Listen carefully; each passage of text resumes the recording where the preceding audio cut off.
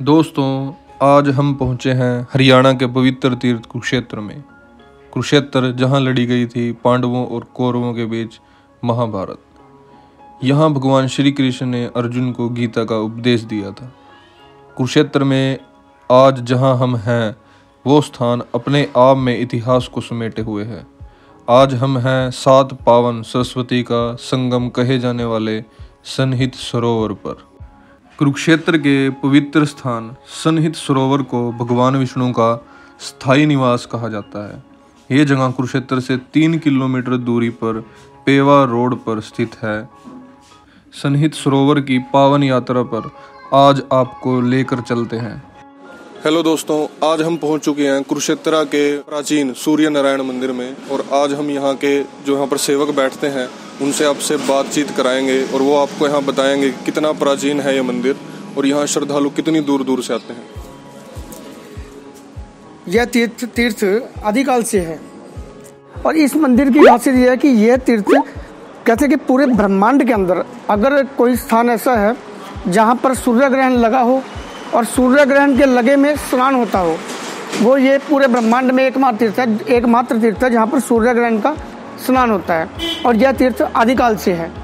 और दूसरा इस तीर्थ की विशेषता ये है कि जितने भी महाभारत वॉर हुई, जितने भी पुराने महाभारत वॉर के अंदर जितने भी सैनिक योद्धा लोग मारे गए, उन सबका संस्कार कर्म बोलते हैं ना कि पहले दिन से 11वें दिन तक का पिंडदान कर्म, वो सारा कर्म श्री कृष्ण ने युधिष्ठिर के हाथ से इस तीर्थ पर किया।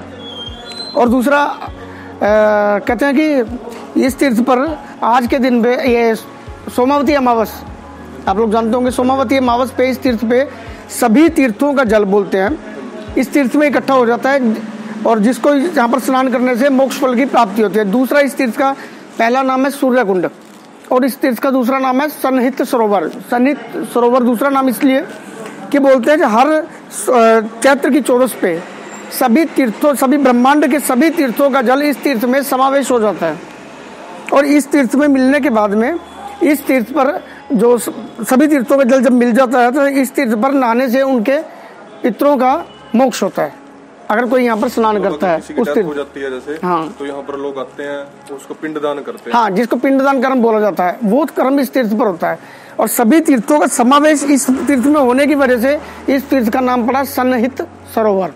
तो ये मंदिर है जो ये मंदिर सूर्य ग्रहण बोला मैंने आपको भी, सूर्य ग्रहण का स्नान इस तीर्थ पर होता है और पूरे आसपास के इलाके में अगर कहीं पर सूर्य नारायण टेम्पल मिलेगा देखने को, वो एकमात्र तीर्थ है सूर्य नारायण टेम्पल इस स्थान पर, और वो भी इसलिए कि ये सूर्य कुंड है, इसीलिए सूर्य नारायण टेम्पल। तो यहाँ पर लोग दूर दूर से आते हैं और यहाँ आके स्नान करते हैं सूर्य ग्रहण पर। तो ऐसा हमने सुना है कि जो ब्रह्म सरोवर है वो आर्टिफिशियल है, तो ये इनके बारे में कुछ अपनी बातचीत बताएंगे, तो ध्यान से सुनिए एक बार। यह तीर्थ आदिकाल से है और कुरुक्षेत्र भूमि पर अगर कोई तीर्थ पर पिंडदान का या स्नान का अगर इम्पोर्टेंस है तो वो एकमात्र तीर्थ है ये। यहाँ से कुछ दूरी पर 1 किलोमीटर की दूरी पर एशिया का सबसे बड़ा सरोवर है ब्रह्म सरोवर।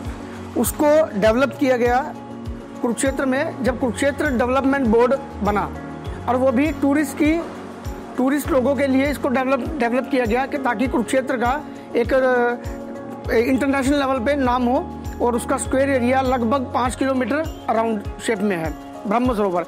लेकिन जो तीर्थ पे स्नान का जो महत्व है और पूजा पाठ का जो महत्व है वो सूर्य कुंड पर ही आज की तिथि में है। क्या नाम है सर आपका? सहल मिश्रा मेरा नाम है। बड़ा अच्छा लगा आपसे बात। जी जी, धन्यवाद सर, आपसे हमने बातचीत करी, बहुत अच्छा लगा आपसे मिलकर जी। दोस्तों, सबसे पहले हम आपको बताते हैं कि इस जगह का नाम सन्निहित सरोवर क्यों पड़ा। सन्निहित शब्द का अर्थ है इकट्ठा होना। सन्निहित सरोवर को 7 पावन नदियों का संगम माना जाता है। ऐसा माना जाता है कि अमावस्या के दिन तीर्थों की पूरी श्रृंखला यानी कि जितनी भी पवित्र नदियां हैं, जलाशय हैं, वो सब यहाँ आकर मिल जाते हैं। इससे ही इस जगह का नाम सन्निहित पड़ा। इसलिए यहाँ स्नान करने का काफ़ी महत्व है। विशेषकर अमावस्या और सूर्य ग्रहण के दौरान सन्निहित सरोवर का उल्लेख महाभारत के वन पर्व में आपको मिल जाएगा। इस जगह को पिंडदान के लिए काफ़ी महत्वपूर्ण माना जाता है। इसके पीछे एक कहानी है। कहा जाता है कि रक्त युद्ध यानी कि महाभारत का युद्ध समाप्त होने के बाद पांडवों ने इस सरोवर में स्नान किया था ताकि वे अपने पापों से मुक्ति पा सकें, और सभी युद्ध के मरने वाले उनको मुक्ति के लिए भी पिंडदान यहीं किया गया था। और तभी से इस स्थान में पिंडदान का अधिक महत्व माना जाता है। हर वर्ष लाखों लोग अपने पूर्वजों का पिंडदान यहाँ करवाते हैं तथा उनके मोक्ष की कामना करते हैं। माना जाता है कि यहाँ स्नान करने से भगवान विष्णु का आशीर्वाद प्राप्त होता है।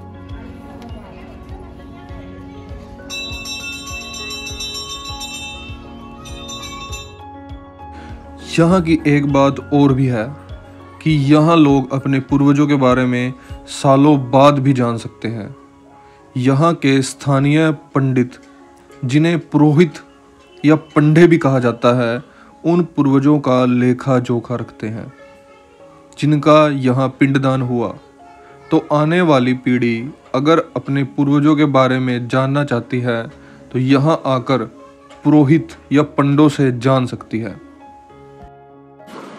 दोस्तों, हम सूर्य नारायण मंदिर से अगले कदम पर पहुंचे तो यहाँ पर एक अलग एक मंदिर बनाया है। भोलेनाथ की एक तरह से मूर्ति बनाई है जो कुछ ही साल पुरानी है, और एक भव्य दृश्य आपको भोलेनाथ की मूर्ति का देखने को यहाँ पर मिलेगा। सन्निहित सरोवर पर अगर आप आते हैं तो यहाँ पर जो सेकंड आपको मंदिर मिलेगा वो भोलेनाथ का मंदिर होगा।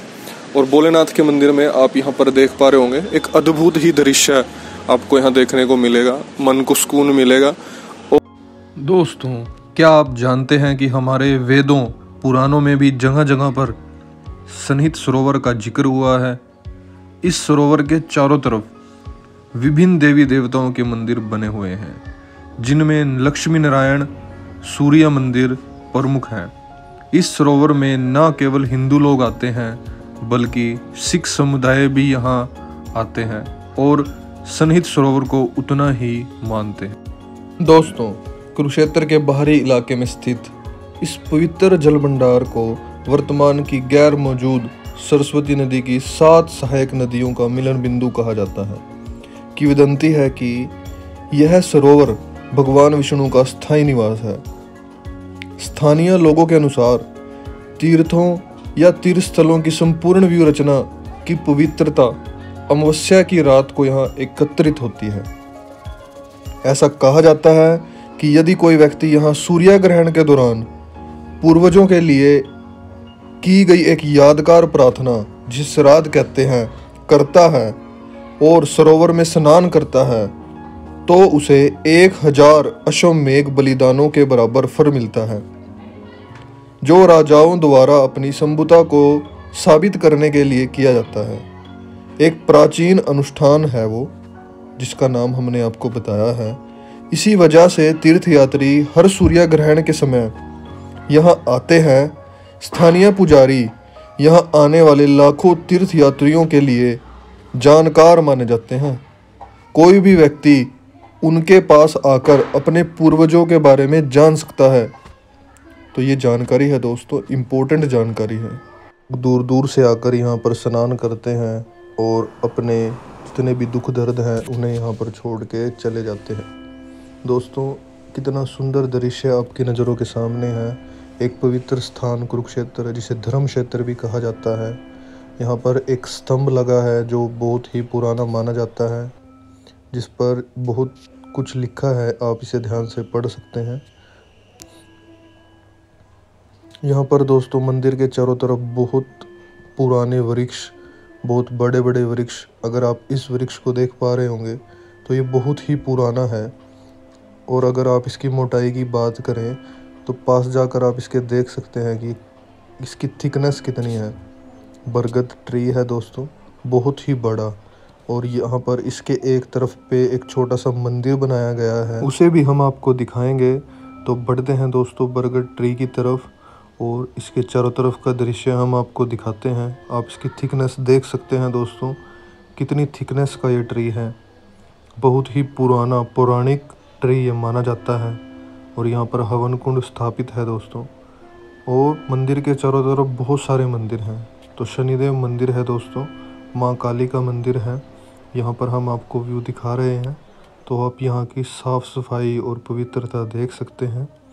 मंदिर के चारों तरफ के ये जो मंदिर हैं, इन सबको आप देख पा रहे होंगे। बहुत ही सुंदर, बहुत ही मनमोहक कान्हा जी का मंदिर आप देख पा रहे होंगे। बहुत ही सुंदर है, बहुत ही अद्भुत है और एक छोटी सी जगह में ये मंदिर स्थित है दोस्तों। ऐसे ऐसे यहाँ पर बहुत सारे मंदिर हैं। जय हो माता की। आप देख पा रहे होंगे दोस्तों, बहुत ही अद्भुत मंदिर यहाँ पर हैं चारों तरफ। और ये स्थान जो हम अब देख रहे हैं, ये वो स्थान है जहाँ पर शाम को यहाँ पर आरती की जाती है। और आरती में बहुत लोग यहाँ पर दूर दूर से आते हैं, बहुत ही भीड़ लगती है। इसके चलते ही दोस्तों यहाँ पर एक नाभा हाउस है। कहा जाता है कि नाभा के राजा यहाँ पर रहा करते थे और अब ये एक संरक्षित धरोहर बन चुकी है। और यहाँ पर हम आए हैं, यहाँ पर बहुत सुंदर दृश्य हमें लगा। और अब तक इतनी पुरानी चीज़ अब तक संभाल के रखी गई है, इसे देखकर हमें बहुत खुशी। लास्ट में मैं एक ही अपील करना चाहूँगा दोस्तों, अगर आपको वीडियो अच्छी लगी है तो वीडियो को लाइक कीजिए, और अगर चैनल पर आप नए हैं तो प्लीज़ चैनल को जरूर सब्सक्राइब कीजिए। थैंक यू दोस्तों।